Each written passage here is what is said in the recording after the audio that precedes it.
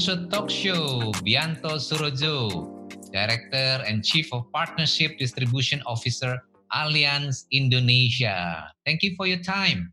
Thank you, David. Ya, thank you for your time. Saya tahu kamu pasti sangat sibuk dan masih meluangkan waktu. Saya tuh ngundang Bianto flashback. Seingat saya masih belum lupa 2001 waktu itu sebagai Head of HR di ABN AMRO. Saya diminta merekrut Bianto bergabung sebagai Product Manager Marketing. Kamu masih ingat nggak? Masih ingat. Ingat di ruang yang di pojok itu. Iya. So, flash forward sekarang 2020, so that was 19 years ago. Iya. Waktu itu Bianto di PNG switch ke banking ya. Apa yang membuat waktu itu kepengen switch ke banking? Iya, saya sih memang dari kuliah pengennya ke finansial sih, Fit. Karena kayaknya kan kuantitatif banget gitu ya, dan saya kan memang suka yang kuantitatif. Cita-citanya memang kerja di finansial, cuman saya itu kena kampus rekrutmen di PNG, datang ke ITB, dan saya kebetulan direkrut itu couple weeks before wisuda lah. Jadi ya saya pikir masuk di sini susah, ya udahlah masuk dulu. Tapi ya setelah sekian tahun ya akhirnya begitu ada iklan besar itu kan pasang ya di newspaper ya. Pengen masuk sesuai dengan yang diinginkan sih, dan here I am until today gitu di financial. I think it's fit, lebih fit buat saya gitu. Ya, puji Tuhan ya. Puji Tuhan. Saya amati perjalanan karirmu dari beberapa tempat. Waktu kamu jadi Retail Banking Director di Permata, saya juga sangat senang. Dan waktu kamu masuk di sini sebagai salah satu top 100 bankersnya Indonesia, wah aku senang sekali. Dan sebagai headhunter ya, dari 100 ini saya contreng, ternyata ada 4 banker yang saya pernah rekrut. Salah satunya Bianto. Jadi sebagai headhunter itu senang sekali kalau ngelihat orang-orang yang pernah kita pilih itu mereka berhasil gitu. Ya puji Tuhan, kadang-kadang kita nggak tahu kan jalan hidup kita ya. Ya ini yang diberikan ke saya sangat bersyukur sih. Iya.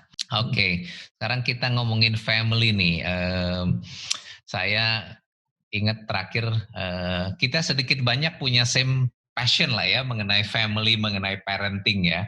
Saya tertarik recently kamu posting di social media bahwa menjadi better father itu kita harus lebih selfless father gitu ya. Bisa kamu elaborate nggak gimana from your own experience? Ya ini sebenarnya kalau elaborate ini, jadi parent itu kan kita belajar ya kan. Jadi kalau saya elaborate ini juga gampang-gampang susah karena saya sendiri juga belum merasakan jadi parent yang sukses kan. Tapi gini, memang kita itu sebagai parent kan punya value, punya pemikiran-pemikiran, punya asumsi-asumsi yang kita pengen anak kita belajar dan mengikuti itu kan, karena kita belajar dari historinya kita dalam kehidupan ini kan kita ngerasa oh ini value yang bagus yang dia harus ikuti. Tapi kadang-kadang anak itu kan dia punya aspirasi sendiri, pemikiran sendiri yang kadang-kadang bisa bertolak belakang dengan kita juga. Not necessarily negatif, tapi kadang-kadang bikin kita itu nervous kan. Karena cara pandangnya itu di luar pattern yang kita. Nah itu yang saya pikir ya kita sebagai parent ini despite of kita try untuk memberikan itu semua, kita try the best untuk ngasihin. At the end of the day kan ada yang sisi di mana kita harus give in dan kasih dia space juga kan. Ya itu sih yang saya lihat. So ya yang akhirnya ya kalau kita jadi parent ya memang type of relationship-nya agak beda ya kita dengan pekerjaan atau dengan teman kolik di kantor, dengan teman yang kadang-kadang itu kan a bit take and give kan, tapi kalau dengan anak itu kan one way udah. Iya. Umpama berarti papanya jago matematik belum tentu Tuhan kasih talenta anaknya juga bakat di situ ya. Betul. Ya. Papanya engineer, terus dia bilang one day, Pak saya mau jadi chef gitu, kitanya yang kaget gitu ya.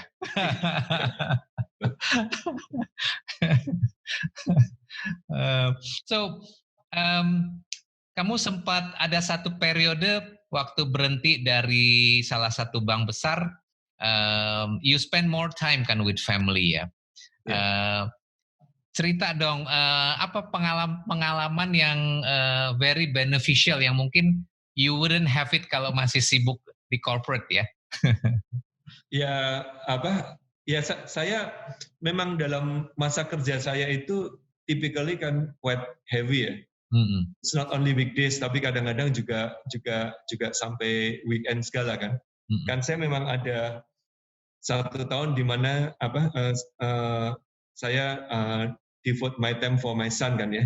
Mm-mm. Jadi ya ada suka dukanya sih, tapi sukanya ya saya rasa saya nggak pernah punya relationship dan kedekatan seperti itu in the past sih. Karena benar-benar kita itu punya waktu ya totally buat dia sih. Mm-mm. Itu yang saya rasa ya nggak bisa didapetin dalam waktu biasa sih. Yeah. Iya. And Apalagi kalau udah lewat kan kita lebih bisa appreciate ya. Kalau kita pas menjalani ya mungkin rasanya biasa aja, day in day out itu kan kayak day to day-nya kita. yeah. Jadi day to day baru, new normal gitu Yeah. waktu itu ya. Tapi setelah kita lewatin, I think it was worth spend. Gitu. So no regret walaupun you pass on 1 year income loh. I'm sure on your case that's pretty big. Ya saya merasa bersyukur sih punya ada kesempatan itu, David. Okay. So that means that how you value your son and your family ya. Yeah. Sebenarnya currency terbesar hidup kita itu kan bukan uang. Currency terbesar hidup kita itu kan waktu kan. Iya, waktu itu kita bisa pakai untuk beli relationship, waktu bisa kita pakai untuk beli uang kan. Iya, iya. So banyak orang tua work very hard, sacrifice bahkan kesehatannya, sacrifice family-nya, relationship-nya karena mungkin dia taruh legacy nomor satunya adalah uang gitu ya. Iya, betul. Ya. So on your case, kalau 3 legacy terbesar yang kamu mau wariskan ke anakmu apa? Saya sih nggak berpikir apa yang dikasih legacy ke anak ya, baik fisikal maupun non fisik. Saya cuma berdoa supaya anak saya jadi anak yang benar aja sih. Jadi anak yang ngasih positive things terhadap lingkungan sekitarnya, jadi apapun ya saya akan senang asal ya istilahnya jadi garam lah ya. Oke. I see. Pianto, saya lihat kamu itu profil well as a director you must have very good income. Tapi saya lihat kamu tuh bukan hanya low profile, but your lifestyle is very low expense gitu ya. Eksekutif yang lain tuh very glamour gitu ya, spend on high brand, high ticket item. But I think you are very modest gitu ya. Bisa share your philosophy atau why you believe so gitu. Iya, sebenarnya gini sih, Fit. Filosofi saya kalau hidup kita itu pengen lebih ringan, kita kan mesti jadi diri kita sendiri kan. Jadi diri kita sendiri itu kan artinya kita nggak perlu masking pakai topeng gitu kan, dan kita nggak perlu memaksakan diri masuk dalam satu social cycle yang menurut bayangan kita harus dimasukin dengan cara tertentu atau image tertentu kan. Kan kadang-kadang itu hanya bayangan kita aja. Orang lain tuh sebenarnya banyak kok yang mau terima kita itu apa adanya. Nah, ya dengan cara seperti itu ya saya nggak tahu apakah low profile atau high profile, tapi hidup kita akan jadi lebih ringan. Otomatis itu kan impact ke cara kita spend juga. Jadi kan kita nggak perlu ya kita memang kalau butuh sesuatu dan ingin sesuatu kita spend, tapi bukan spending yang hanya untuk bikin kita supaya kelihatan gimana dan masuk ke dalam satu strata tertentu. Cuman pun juga kalau hal itu memang worth to spend, ya kita spend juga. Misalnya kayak edukasi anak itu kan kita spend menjadi bagian dari spending kita, juga bukan sesuatu hal yang murah juga gitu kan. Itu sih kalau saya punya prinsip ya mengenai gimana kita mesti membawa diri kita dan juga gimana kita mesti spend. Okay. Well, thank you so much. Nggak terasa 30 menit lebih we discuss. Saya percaya apa yang udah kita bahas dan Bianto share ini akan bermanfaat bagi banyak young parents yang lagi merencanakan investasi keuangan untuk pendidikan anaknya, dan in terms of beberapa value mengenai being father untuk keluarga. Sukses untuk Bianto. Stay healthy and fit buat keluarga ya, dan anaknya yang akan melanjutkan kuliah ke Belanda ya. Iya, sama-sama David.